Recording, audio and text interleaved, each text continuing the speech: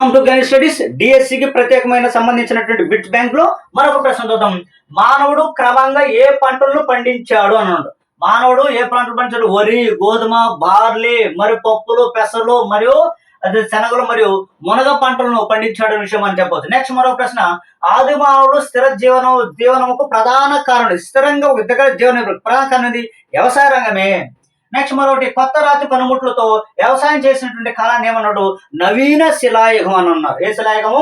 నవీన శిలాయుగం అన్న విషయం అని చెప్పచ్చు. నెక్స్ట్ మరొకటి ప్రశ్న, రెడీ ఓకేనా? మరొక స్లైడ్ చూద్దాం.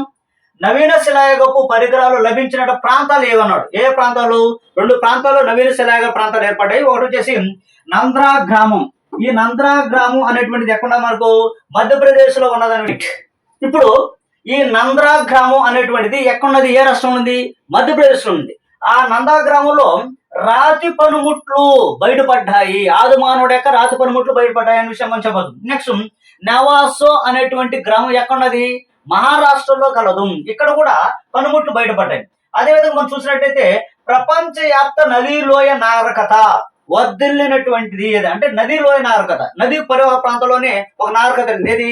మెసొపొటేమియా నాగరికత కావచ్చు, అదేవిధంగా ఈజిప్ట్ నాగరికత కావచ్చు, మూడోది మంది సింధు నాగరికత కావచ్చు, తర్వాత లాస్ట్ది చైనా నాగరికత. ఇవన్నీ కూడా చూడు నది పరివాహ ప్రాంతాల్లో వెలిసినటువంటి అతిపెద్ద నాగరికతలు అన్నారు. మన సింధు నాగరికత ప్రపంచంలోని అతిపెద్ద పట్టణ నాగరికత అంటే సింధు నాగరికత అనే విషయాన్ని మనం చెప్పవచ్చు.